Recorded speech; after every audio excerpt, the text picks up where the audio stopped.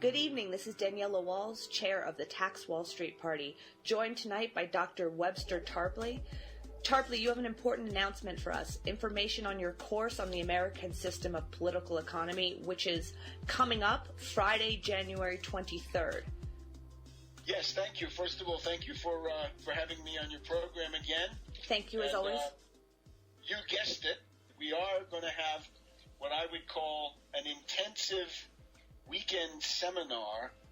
The title is The Political Economy of the American System.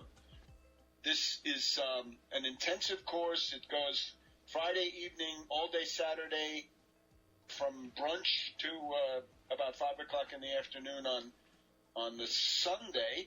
That's the 23rd, the 24th, and the 25th of January. And on the evening of the Sunday the 25th, right, as if to underline the tremendous relevance of good economic policy and actual economic understanding, we'll probably go and watch the election returns from Greece, where Alexis Tsipras and the Syriza party are likely to take over the government of Greece, and that is going to be another huge blow, huge attack on the world domination of the International Monetary Fund and the role of the European Central Bank, European Commission, and other forces of neoliberalism, monetarism, austerity, and other political adversaries of ours. So the idea is, get ready, right? We're going to go into a time here where economic policy will be more central than ever before, right? Belarus has imposed exchange controls on capital in and out, right? Capital controls, exchange controls. Russia has, in effect, imposed exchange controls and capital controls. Greece is rebelling against the austerity policy. If you follow the U.S. economy, it's extremely turbulent. You see this up and down, right? The oil price falling. What's going on? And above all, what are you going to do about it?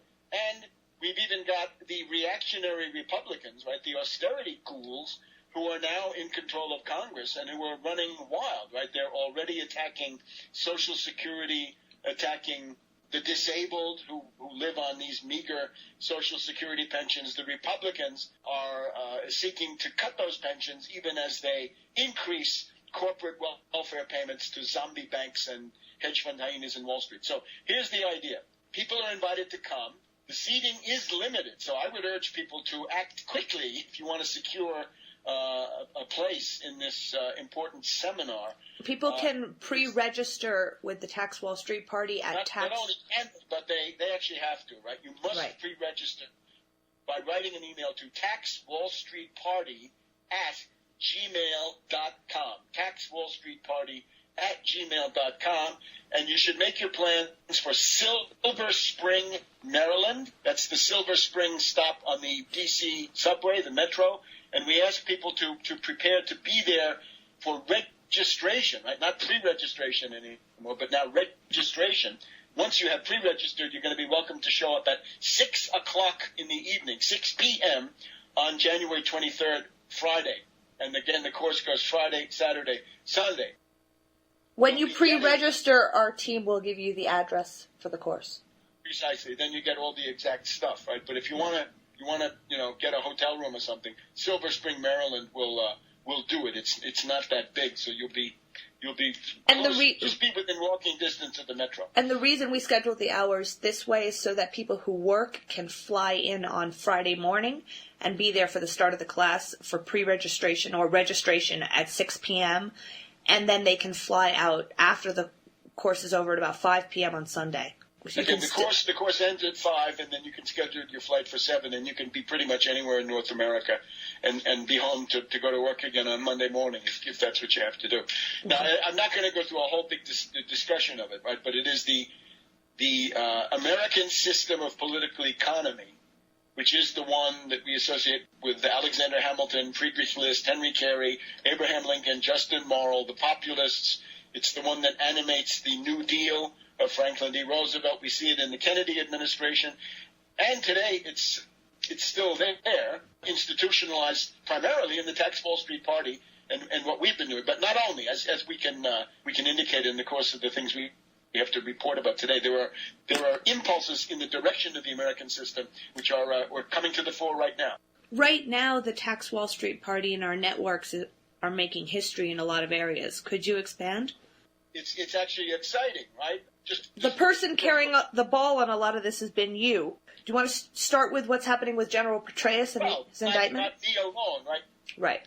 Me with quite a few others. The first is the indictment of General David Petraeus, former head of the CIA, former head of the U.S. Central Command, a four-star general who is now in the process of being indicted. He has not yet been indicted.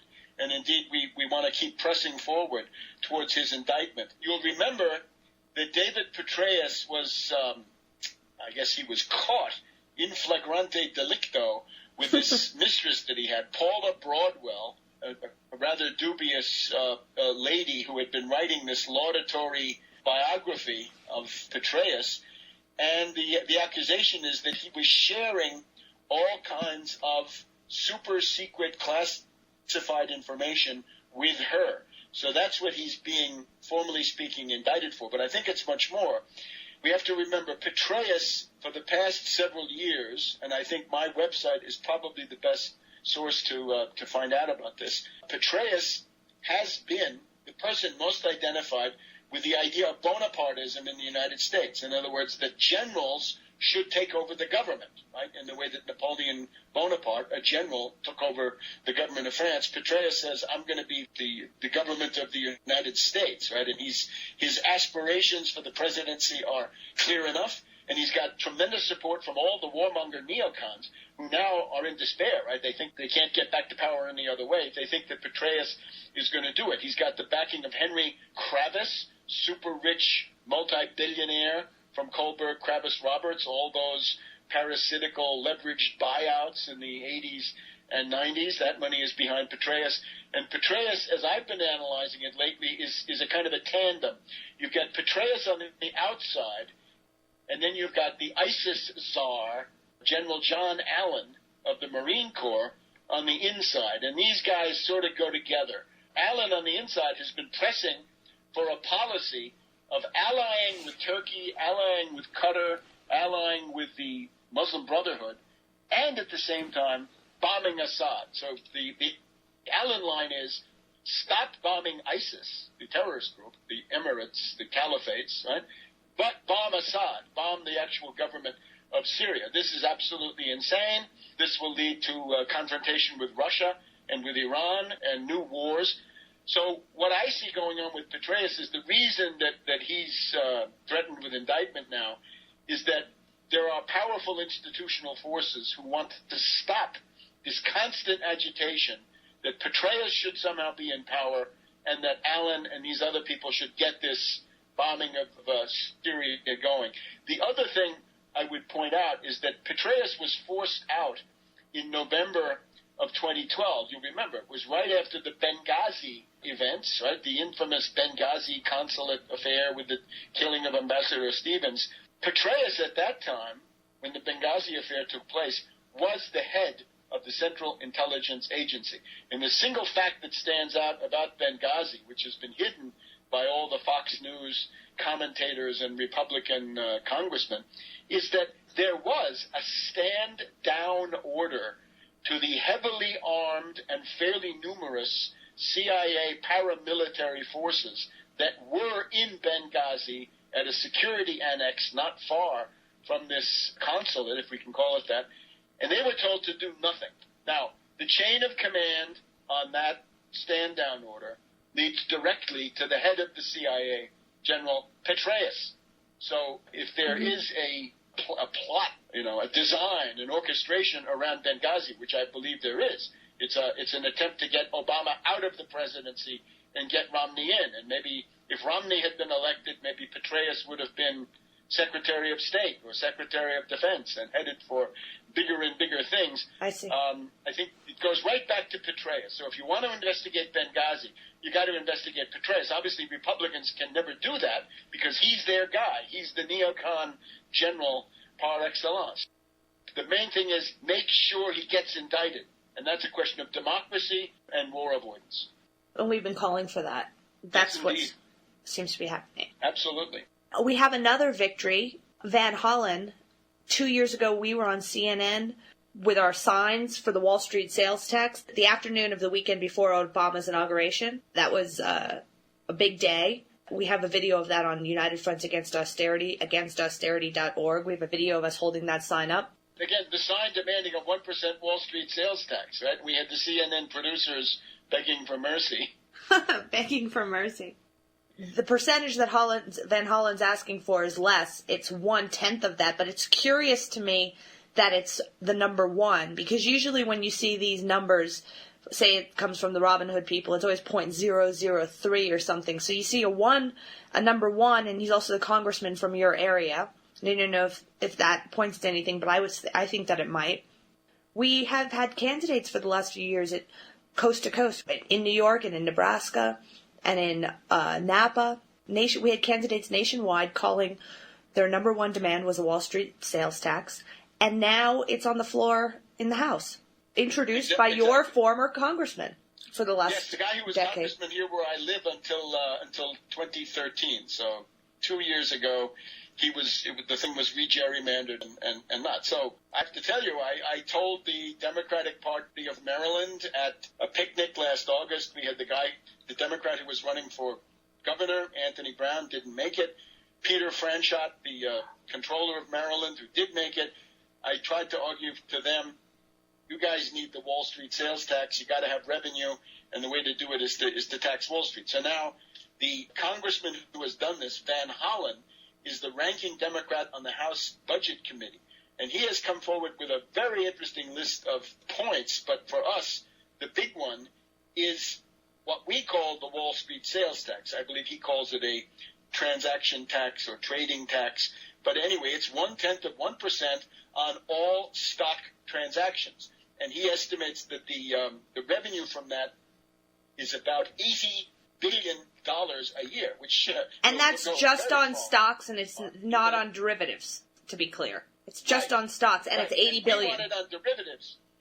Right. If you put it on derivatives, then you're going to get much more than $80 billion.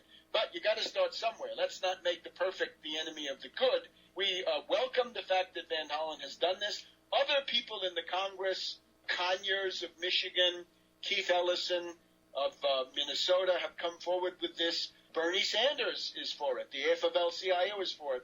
What has been missing so far is a real concerted, energetic, focused campaign to say, here's what we want. We want to make the American people aware of the fact that Wall Street today pays no taxes.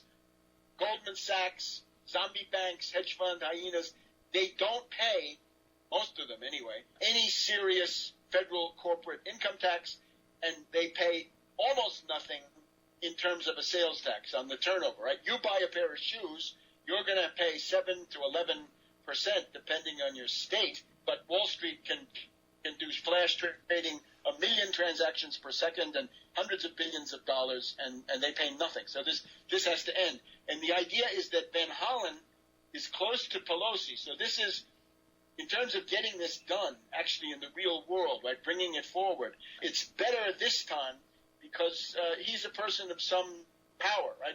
He's in the minority. But with Pelosi, that's better than some backbencher, right? That means that there's actually going to be some effort behind it. So, again, make it 1% and extend it to derivatives because that's where the real big money is. But still, right. It's a step forward. But we consider this a victory at the Tax Wall Street Party. But why shouldn't we worry that it might be just who was running all year? Who fought all year last year to get this? Us. In favor of this stuff. We did. And yeah. Now the Democratic Party is finally coming around, grudgingly and too small, but still, there it is. Well, why shouldn't we worry that the percentage it might be too low, and once if it starts low, that it might not come up? Do you believe if you start with a lower percentage, the Congress will fight for a higher percentage? Well, the big thing is to get this enacted right now would be a miracle because the Republicans control the Congress, right? The Republicans will fight this tooth and nail, right? Even the Tea Party. You're going to see Tea Party demagogues who got elected on an anti-Wall Street line fighting to say, no, don't touch a penny of Wall Street turnover. Well, that's no good. But the other side of it is, as you say, once a tax is enacted here in Washington, Washington, the Congress tends to come back to that tax and raise it.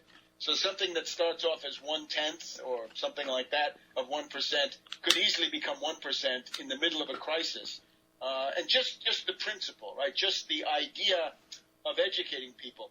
One of the things that Van Hollen talks about is that this tax is now being collected in Europe.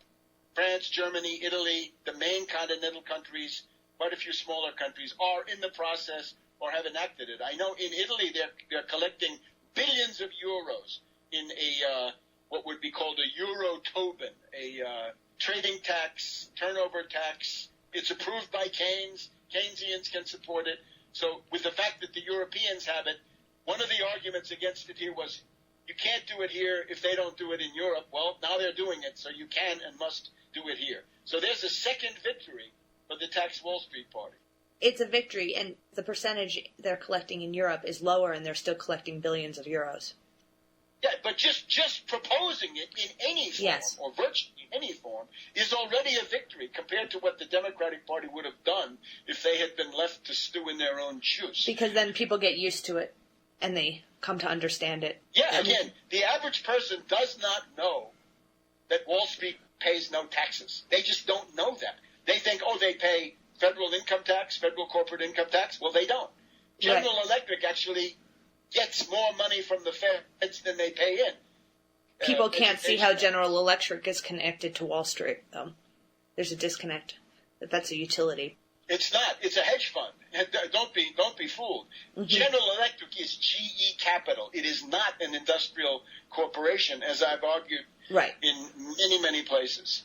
And then there's the research on Charlie Hebdo. Do you want to get into the geopolitical terrorism? Yeah, let me just talk about this for a second. Okay. On the 7th of January, a week ago today, we had this murderous terrorist attack on this French magazine. The first obvious thing to say is we condemn terrorism. We are interested in fighting terrorism, preventing terrorism, and actually exposing the networks that bring terrorism about. And these are, unfortunately, not the ones that the mainstream media are often naming. Now, what happened with this was the news began to hit here in the United States around 11 a.m., noon, 1 o'clock in the afternoon on Wednesday, January 7th. And I began putting out tweets. Within hours. Within that same day, in English and in French. Mm-hmm. And putting out this analysis, which is the following. The president of France, Hollande, had held a press conference for the new year, right? To launch the political season for 2015, and he had made some important statements which have not been included in the Anglo-American news coverage. So let me just go through those very quickly right now. It's a 2-hour interview on the Monday, right? So Monday, January 5th. And this happens Wednesday. And then the terrorism happens on Wednesday, right? So 2 hours to France Inter. It's written France Inter. That's the most listened to French radio station. So first of all, he starts talking about Putin, and you got to realize this is really heavy duty stuff. Hollande says, Mr. Putin does not want to annex eastern Ukraine. He has told me that. What he wants is to remain influential. What he wants is for Ukraine not to fall into the NATO camp. So in other words, if you're willing to recognize a Russian sphere of influence where NATO will not penetrate, you can have a very good, peaceful coexistence. So that's already an attack on the British Foreign Office, the British government, the State Department, the Obama administration, Kerry, Susan Rice, all these people, right, who have been pushing sanctions. Apropos of sanctions, Hollande says, I think the sanctions, and this means the economic sanctions against Russia, supposedly about Crimea, eastern Ukraine, I think the sanctions must stop now. Now, that's a mouthful. I think the sanctions must stop now, essentially says, London, go to hell. Washington, go to hell. We're going to act on our economic interests. We are France. We're independent, and we're not taking orders from you. This is the language of de Gaulle. And, of course, Hollande is no de Gaulle, but He's a very desperate politician with a terrible popularity, 15 or 20%, most polls. Maybe he, in his desperation, has decided to strike out in a way that's going to resonate with the French voter, right, with the deep-rooted French nationalism, right, La France profonde. So he says, I think sanctions must stop now. They must be lifted if there is any progress. If there is no progress, then the sanctions will remain. But then he said he was going to go to a meeting in Astana, the capital of Kazakhstan, and that was a meeting with President Putin of Russia, whom he now believes, right? Putin does not want to annex eastern Ukraine. He told me that. So Putin's new friend is Hollande. Hollande will be there, and the conference is Hollande, Putin, Poroshenko, the guy I call Poroshenko, right, of Ukraine, this fascist leader of Ukraine, and Merkel of Germany, okay? And that lineup alone would have been very bad for Ukraine. Essentially what Hollande was announcing was the collapse of the entire State Department Kerry sanctions regime against Ukraine. Now, I have to point out, we had the killings then, the murder spree, terror in Paris, Charlie Hebdo, the kosher supermarket, the printing plant, right? You followed all this stuff. 17 people dead. We condemn it. And we condemn it above all because it succeeded. In other words, on Sunday, this past Sunday, we had Merkel come out and say, there will be no Astana summit. That meeting about Ukraine will not take place. Meaning, it succeeded. Of course, the suspicion has to be the cui bono, right? The cui prodest, right? Who benefits from this? Who wanted it?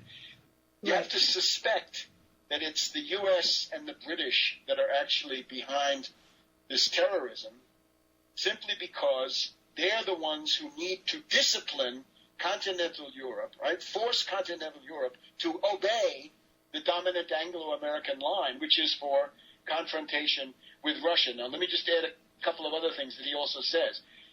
He talks about Libya, and he says, a lot of people, they're trying to convince me to invade Libya, says Hollande. He says, I don't like to invade Libya. I'm not going to do it alone. I won't do it. Now, after Charlie Hebdo, we're told that the French General Staff has started to plan an invasion of Libya. This is under the leadership of a guy called General Puga, P-U-G-A. General Puga of France is planning this. The aircraft carrier Charles de Gaulle is now steaming in the Mediterranean. We don't know where it's going. And, of course, once you've been attacked on this Charlie Hebdo thing and you've got ISIS claiming they did it and Al-Qaeda in Yemen claiming that they did it, then the question is, are you going to retaliate, right? Are you going to bomb somebody? Bombing is pretty much the rule. So will France do that? If they do that, that will be political suicide for Hollande, and it could lead then to a wider war. The other thing that Hollande said in this interview was that he's not worried about Greece, that the Greek people have the right to choose the government that they want, and he hopes that they will meet their international obligations, but that he's not worried about it. And you have to know the background for that is the Syriza party of Alexis Tsipras, people that we agree with on many issues, they're going to become the government of Greece. On the 25th of January, Alexis Tsipras, this will be the first left-wing anti-austerity government in Europe in many decades. It's explicitly to reject the austerity dictates of the IMF, the European Central Bank, and the European Commission. And this will tend to blow the lid off the austerity measures that have been put in against Ireland, Spain, Portugal, Italy, and indeed in France, and to some extent here in the U.S., right? The sequester is also under attack at that rate. And you have to understand also the entire election strategy of the Greek right-wing party, the so-called New Democracy, the pro-IMF, pro-austerity party of this guy Samaras, their whole strategy was to say, don't vote for Syriza. If you do, Greece will leave the euro. They'll be forced out. We'll have chaos. That'll be the end of the world. You'll starve, so don't do it. A strategy based purely on fear. But wait a minute. Here's the president of the French Republic saying, there's nothing to worry about. Let them vote for who they want. And Merkel was apoplectic, we know, and others, the IMF people, I'm sure, were apoplectic. So here you've got the French president bucking Washington and London, saying, I'm not going to obey you on Russia, on the sanctions, on Greece, on Libya, and all these issues. That's a rebellion. And in my experience, and this goes back a ways now, going back to de Gaulle in the 60s and 70s with all those assassinations. Reminiscent of the Situationist International. The Situationist International were not part of the terrorism. Charlie Hebdo is straight out of the Situationist International. But the point is, when London and Washington see a rebellion, if the Greeks are rebelling against the IMF, if Hollande is rebelling against the sanctions, that's when geopolitical terrorism comes into play. Against de Gaulle, against Aldo Moro in Italy in 1978, this is how they do it.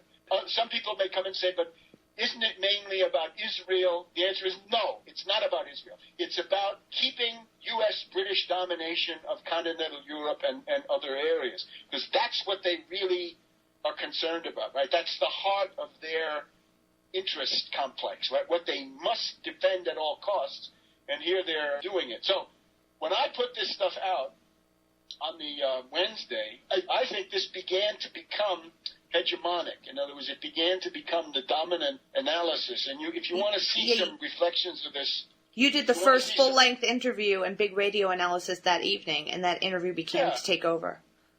Yeah, I think it did. I think it started to become hegemonic. And what you find then is a guy that we know, right, a friend, Stuart Hooper of the 21st Century Wire. Right. They essentially repeat what my sort of analysis, 21st Century Wire, SGT Report, they have it too, and any number of others. Then, however, there's a counterblast of people who are trying to sell you, I think, a bunch of nonsense. And the people who are trying to muddy the waters, they start focusing on things like, well, wait a minute, is that film authentic? And if the film is not authentic, what does it mean? Now, I don't want to go into the analysis of the film because it's a waste of time. There are problems with the film, to be sure. But what you can't do, and we learned this in the decade after 9/11, you cannot You're speaking about the film where the police... Lots of films. Let's just talk generally about it. You can't start from a film and say, if a film is fake, it means something didn't happen in the real world. This is not how reality works. In other words, if you say, oh, the film of the U.S. astronauts on the moon is a fake, it may be a fake, but that does not mean the U.S. did not get to the moon, right? They certainly, if you're an event planner, you say, well, we're going to go to the moon, but we want to have our propaganda film ready to go and edited so we can shoot it out and get the biggest impact, right? We can shape how people respond to it. It's got to be there. So you don't have to tinker with making a film while you're trying to land on the moon. You can make sure that you have something for people to view. Right, and when you're whether people are actually, I think it is clear that lots of people got killed in Paris. That's all I can say. Lots of people got killed, and let me tell you something about them. Charlie Hebdo, of course, is a scurrilous magazine, but this is the French tradition. It goes back to the Libertines. It goes back to Voltaire in certain ways. People very, very dubious, right? Voltaire was an awful guy. If you can understand French, I urge you to get the tape by the distinguished French historian, the late Henri Guillemin, Guillemin. This guy gives you the lowdown on Voltaire. Voltaire is an absolute scoundrel, but that's neither here nor there. This Charlie Hebdo comes out of the Vichy tradition, Marshal Pétain, French fascism. And they were anti-de Gaulle from the word go in 59, 60, 61. And they've gone through various, transmogrifications and rebirths. But more recently, this is a magazine that is heavily embedded in the French ruling class, the ruling elite. And this is important. The former editor of Charlie Hebdo is a guy called Philippe Val, V-A-L. He is now the director, the boss of France Inter Radio. So it's like going to become the head of CBS News or something like this, or CBS Network in general. So you can see it's a very high-level thing. This guy, Sharp, right, the cartoonist who got killed, his girlfriend, or the woman who says she was his girlfriend, there's some question about it, is this woman, Bougrab, Bougrab. You see her on television now. She was actually a cabinet minister in the Sarkozy government. She's a right-wing former cabinet minister, or at least, deputy, undersecretary, something like this, in Sarkozy. So what happened is that people in the middle of the French elite have been killed. This is the significance, because this is a warning to France in general, right? You have to think about France historically, right? France is an exceptional country. It's not an obedient, conformist country. It's the opposite. De Gaulle has shown this, right? Mm-hmm. And there's France that can say no. No to London, no to New York, no to Washington. And that spirit, I think, was somehow peeping up even with Hollande. And again, Hollande is not a good guy, but Hollande is also desperate, and he's flailing. Who knows? Maybe he decided to do something that turns out to be good. After this interview, there's a paper somewhere, I think in Turkey, called the Sabah, the new Sabah, and it says France has to choose between NATO and Russia. And this also has to do with these aircraft carriers, right? Amphibious support ships of the Mistral class. France has built 2 ultra-modern sort of light aircraft carriers and wants to sell them to Russia. The U.S. and the British say no. Hollande is under huge pressure, and what he was really announcing was that he's probably going to deliver those carriers. But right now the carriers are off the screen. So what you can see is that policy has changed in ways that have nothing to do with Charlie Hebdo, nothing to do with free speech, nothing to do with the Middle East. It's all about Russia, France and Russia. That's the heart of the matter. So people are missing the entire big picture when they focus on Israel. Yes, obviously quite a few people are obsessed with Israel. Let me point to this. Yeah, let's go into that for a second.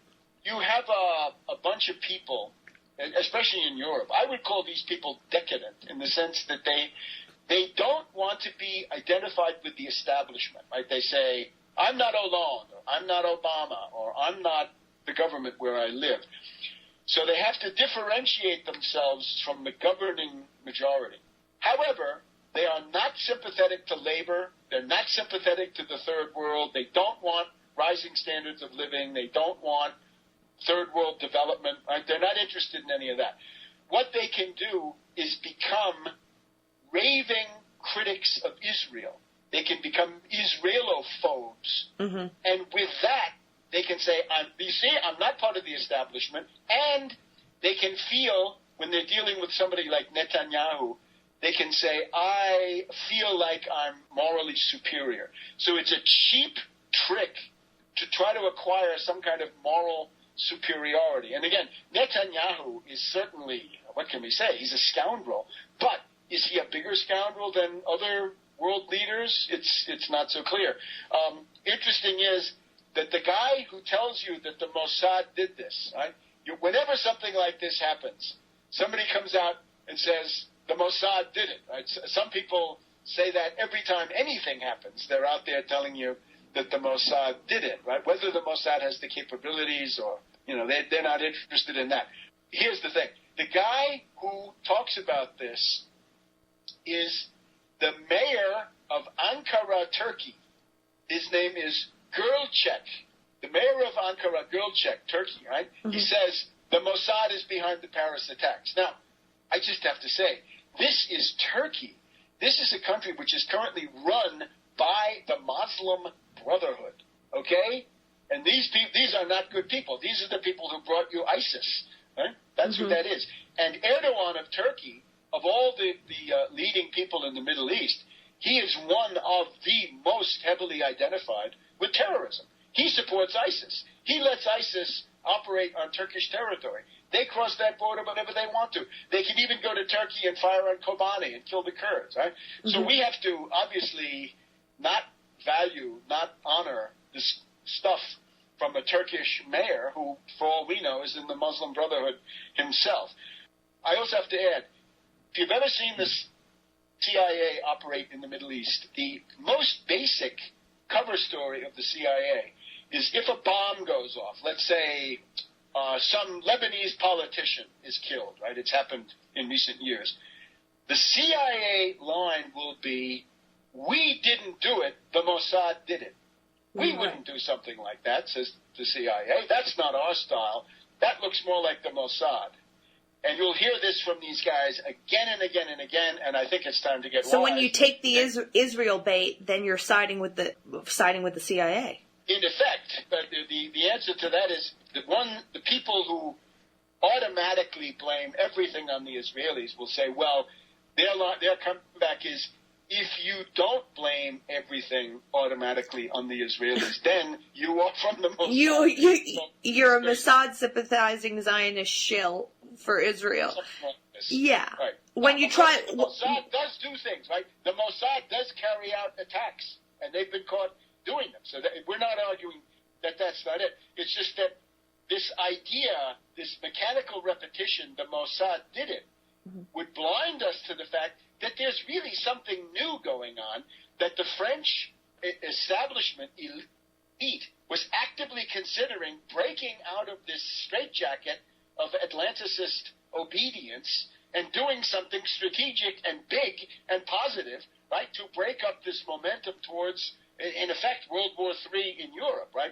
We don't want any European wars. We don't want Russia against Poland and NATO joins in. This is and you crazy. miss the bigger geopolitical picture. Yes.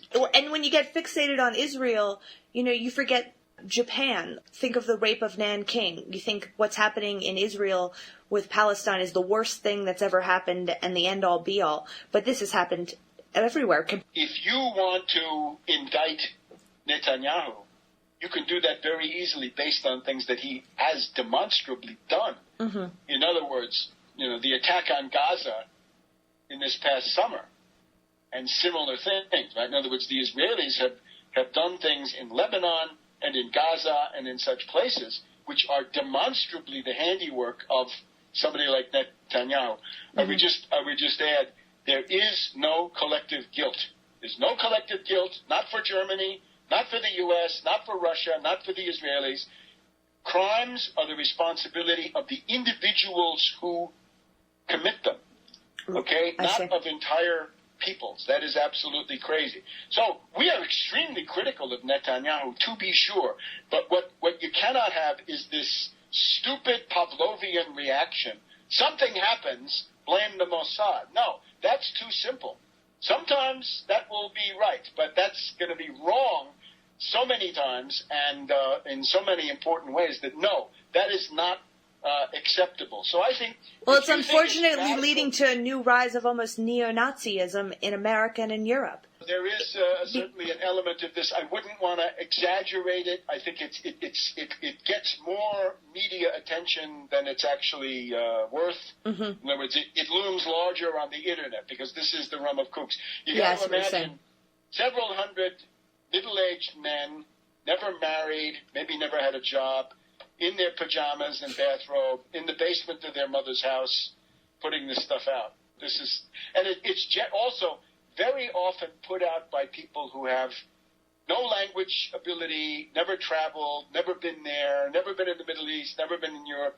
My background is the Moro dossier of 1978, right, which got it right, British intelligence, and then this 9/11 book, right, 9/11 Synthetic Terror. I would urge you to take a look at that, and in particular this little chart which has been showing up now in the wake of this last event, right? People have gone back to my conceptual analysis. The patsies, well, those are these people you see, right? Kouachi and this Koulibaly and these other people. Don't base your analysis on things that they've done or not done, right? Don't worry about whether they picked up a shoe in the car or left a driver's license in the car. That's obviously sort of comical. But you can't base anything on what the patsies do. You've got to look at the strategic picture, right? What is being aimed at? Then you have the moles. It's obvious that there are Anglo-American moles. We can say CIA moles, MI6 moles in the French administration, in the French police. We had this, by the way, with Mohamed Merah a couple of years ago. This was a Frenchman of Middle East and Islamic background.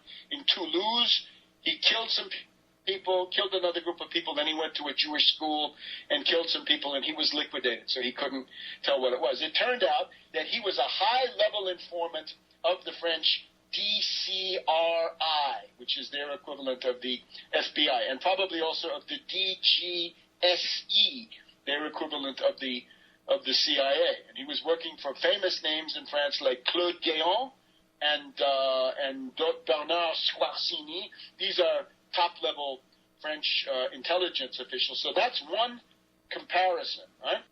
I'll post this graphic of the dynamic between the patsies, the moles, and the technicians on our United Front Radio Facebook page when the episode airs, so everybody can have the graphic. Sure, and we can find a good version of that, right? We can get a typographically good one. Okay. The other one is Breivik, right?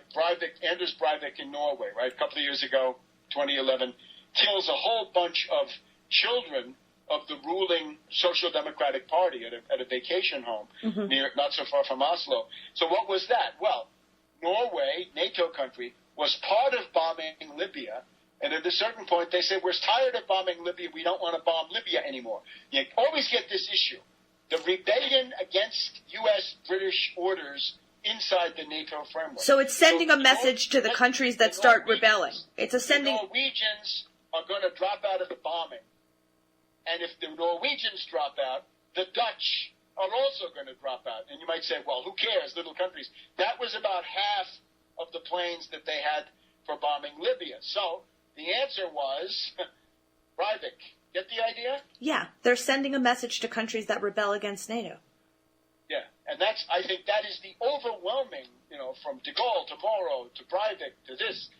That is the centerpiece of the analysis. There may be other things, and indeed, let me add, if you look at why this was done now, certainly the idea that Syriza is going to take over Greece is disturbing to the bankers, right, who run this entire thing. This is very disturbing. Very disturbing. So they would like to chill, scare you, chill political activity. For example, once you've had this murder spree in Paris, if Tsipras comes forward in Greece and says, down with the European Central Bank, or I'm kicking the IMF out, it's very easy at that point to say, you must be some kind of a terrorist, right? And this happened in the United States. It's very interesting you're bringing that up, because I was thinking if Syriza played into this in any way. And also, I just want to make one quick note to remind people that at the end of this course on Sunday, it happens to fortuitously blend with the Greek election, and we are going to have a small celebration to celebrate the finale of the class, mixed with watching the election results come in. There's going to be a small party, so that's another little benefit you have if you come to the class. You'll be able to watch the election results with the members of the Tax Wall Street Party and Webster Tarpley. So continue, Webster. And again, the point on this is the world needs mass leaders. This is a school for leaders, people who are not afraid of the idea of being a leader, who want to be leaders. Maybe you can develop earth-shattering intellectual powers along the way. I hope so. But the main thing is we need mass leaders to save what we've got of human civilization in a time of economic breakdown crisis, and a very severe one. So sure, Hollande essentially says, I'm not worried about Syriza, right? And that's not the party line. The party line from Merkel, from Samaras, from Cameron, and so forth is, be very scared and don't vote for them because they're really bad. There's going to be chaos. Now, just on this chill aspect, let me jump over here to the United States, because we are certainly not exempt from this. We're right in the middle of it. We're in the soup. In the past 2 days, that means the 13th and the 14th of January, we have had 2 alleged terror plots against the U.S. Congress. Yesterday, the 13th, we've had the bartender at the country club, which is frequented by the Speaker of the House, John Boehner. The bartender in this country club at some point obviously went berserk, called the police. This is a guy called Hoyt, H-O-Y-T. He tells the police that he, Hoyt, is Jesus Christ, and he's going to do away with Boehner, because Boehner was mean to him at the country club, and Boehner is responsible for Ebola, says United States Capitol Police Special Agent Christopher M. Desrosiers. And this guy Hoyt has a Beretta .38 automatic that he was going to use in this project. Now, Hoyt is obviously a maniac. He's mentally unstable. He's mentally impaired. He's a mental case. Okay. Genuinely mentally disturbed. Yes, So is the other example. I'd like you to get into the other example. And this can be psychopharmaca, right? Yeah. We don't know, right? But so here we have a case of some nut who says, I'm going to attack Boehner. Right? That's one. Mm-hmm. Then we have another one today, and this is a guy called Cornell. He has other names, but his name is Christopher Cornell. He's also from Ohio. It's the same area, Cincinnati, Ohio. And his plot is to blow up the U.S. Capitol, and he claims to be doing this in the service of ISIS, of the caliphate. And this is a pattern that we've seen again and again. This is obviously another patsy, another mentally disturbed, mentally impaired individual, right? He would not have the mental requirements to sign a contract or do anything like that. But what he can do is to meet with an undercover FBI agent twice in October. You can call this an entrapment. The pattern is simple. You get an isolated mental case who has no friends, no purpose, no nothing. The FBI sends in a provocateur, an entrapment agent. That agent gives these people, or person in this case, attention, money, equipment, ideas, suggests to the suggestible, and that's it. So he meets with an undercover FBI agent to discuss the attack. He tells him all the things he wants to do. And as usual, the plot is aspirational. So that's the process of how they acquire these people. They've done it again and again. They've done it with the Haitians in the warehouse. They've done it with these poor guys, dupes in Toronto, who took delivery of a truckload of chemical fertilizer. They had the bombers in Queens who thought they were going to bomb the gasoline or kerosene pipeline leading to Kennedy Airport. There's the Fort Dix 6. Another one, they thought they were going to attack a military base. It's again and again and again, and they're always mentally impaired. And the plot is aspirational. Aspirational in the sense... Can you explain aspirational? They don't have the equipment. They don't have the wherewithal to do it. Now, this character supposedly bought some guns. Well, of course, anybody can do that. But they don't have any of the heavier, more complex equipment. So a lot of this is simply talk. I see, makes sense. The patsy gets on the phone with the provocateur, the FBI agent. He talks about this stuff, and then that's going to be enough. And then they caught him, and then they get him. They have something. And they get him, of course, because he's a patsy. I see. Now, that was front page news. CBS alert on the radio here in Washington, of course. You can imagine, right? Oh, a plot to attack the Capitol has been uncovered by the FBI. And that was the leading item. I only got to watch one of the three networks. But CBS had that, sure enough, that was number one. That was leading off the news. So what's the point with that? It's the same thing. There's going to be a lot of protest against this Republican Congress, that they want to chill that in advance. And just a couple of examples. The Republicans are in the process of watering down the Dodd-Frank financial reforms. Now, remember, those are reforms that have already been watered down several times, right? Even Glass-Steagall today would not be enough, but they don't have Glass-Steagall. They have the Volcker Rule, but they have the Volcker Rule watered down in the budget that passed in December, and now the Republicans want to water that down again. Or the Republicans, they didn't run on this, but this is what they're doing. The Republicans have, in the House at least, approved a change in the funding mechanism of Social Security, which, through a complicated process, is going to cut 20% of the average Social Security disability benefit is going to be cut. It's shocking. So the Republicans get control of the Congress, and they start attacking cripples and blind people and paraplegics This is absolutely despicable. And you can imagine the groundswell of political opposition against this. But now we're all distracted. Now it's chilled, right? Because if you're attacking the Republicans, hey, wait a minute. Are you there with Cornell and that guy Hoyt? Oh, I see. Get the idea? I see, yeah. So we're all terrorists. Are you part of that? Don't you realize that those people are under terrorist attack and you're joining in? How dare you? So if we attack the Republicans, it's the big chill. I see. It's yeah, very simple. It's very simple. It's a very simple equation. It's very crude. So again, cui bono, cui prodest. Who's benefiting from this? What is this designed to do? Why now? So I think that stuff is fairly obvious. Yeah, the Republicans cutting 20% of Social Security for disability. For people with disabilities, and let me add for any deluded people that might still be out there. Today, little Rand Paul, the senator from Aquabuda, was up in New Hampshire, and he was asked what's with the Social Security disability, and he covered for genocide. He said, well, you have to understand a lot of those people are faking it, right? A lot of those people pretend to have back pain so that they can get on Social Security disability. Now, that, I submit, is despicable, immoral. That is the genocidal overtone of austerity as preached by Ron Paul and Rand Paul. Here we have people who refuse to attack Wall Street. They refuse to fight to make Wall Street pay taxes or to otherwise bridle their power. And they get all worked up about people with disabilities. They get all worked up over cripples and blind people. And they refuse to attack Wall Street. Yeah, and again, they don't get worked up. They say, to hell with them, right?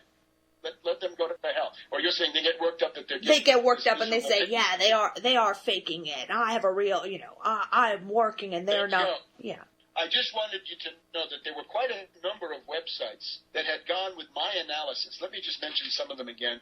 This 21st Century Wire, SGT reports. IntelliHub actually has a film which is largely based on my analysis, the Patsies, the Moles, and the Technicians. So I feel that there was a threat, at least, that my analysis would become hegemonic in the post-Charlie hours and days, and that some of what you see, and what I mean by this is, here's the New York Times. New York Times of January 12th. Neil McFarquhar. Conspiracy theories mixed with official condolences. And they go through a series they review a lot of conspiracy theories, I guess if we have to call it that, but not mine. In other words, they don't entertain the most obvious idea that it's political and it has to do with the sanctions. Or New York Magazine. New York Magazine once did a rather sympathetic write-up of me, but here we go. A guide to Charlie Hebdo shooting conspiracy theories. And what they do is they never get to mention me, but they mention all the brand X, right, all the crackpots.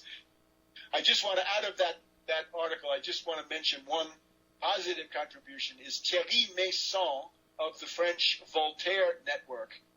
And he obviously points to the fact that the Kouachi brothers, they were ex-convicts. One of them had been in jail for 18 months. He was very well known to the police.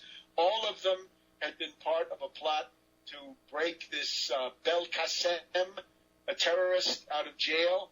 This is a terrorist who had bombed the Paris subway in 1995. They were and they were trying to get him out around 2010, 2011. So when you know the movie with the Casablanca with Humphrey Bogart and Claude Rains, and there's a scene at the end where Bogart shoots the Nazi general. Right. And Claude Rains famously says, "Oh, this German general has been assassinated. Round up the usual suspects." Right. Right? Don't arrest Humphrey Bogart. Right. Well, these guys, Kouachi brothers and Koulibaly, those are the usual suspects. Those are the people. That's a terror cell, so-called, of patsies that any serious police department would have been monitoring minute by minute, second by second. And instead they're able to do it. One of the Kouachi, had been in Yemen and had been trained, we're told, by Anwar al-Awlaki. And when we say Anwar al-Awlaki, we've got to say his full name, which is Awlaki the CIA lackey. And through my efforts, that is what he is known as on quite a few important radio programs. Aulaki, the CIA lackey, Mm-hmm. who was even Jeremy Scahill, who is one of the most superficial and meretricious of all writers on this, even Scahill has conceded on television interviews with Amy Goodman that Aulaki, he says, probably a U.S. double agent.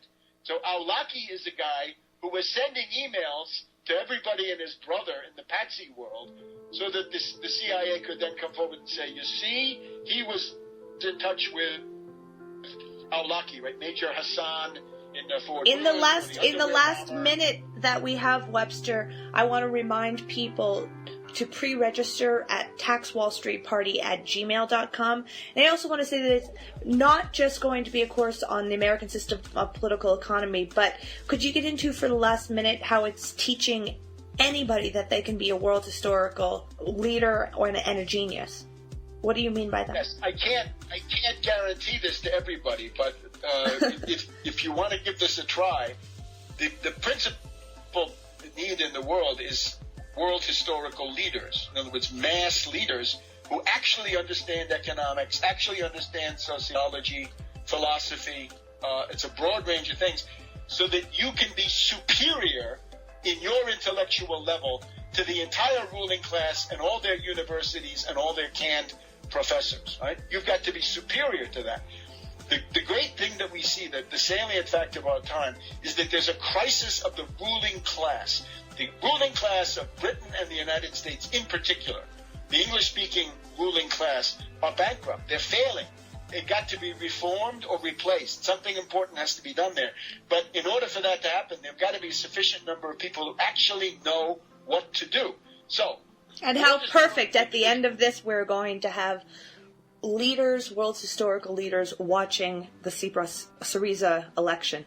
Yeah, and again, not with the idea that those are paragons of anything, because we could actually do better, quite frankly. But the idea then is, on the way, if you have intellectual ambitions, right? If you have any idea that there's an inkling of genius or a spark of genius in yourself, come to this, because this is exactly what it's designed to bring out, to the extent that we can and that I can, right? Without trying to sound too pompous, right? If you want to be a world historical genius, try this. Good. Thank you for being with us tonight. And I will see you soon in Washington, D.C. Yes, good. Thank you for all this intelligence. Good evening. Good night, Webster. Bye-bye. Bye-bye. You've been listening to Friday, January 16th, 2015's United Front Radio at ucy.tv. Have a blessed evening.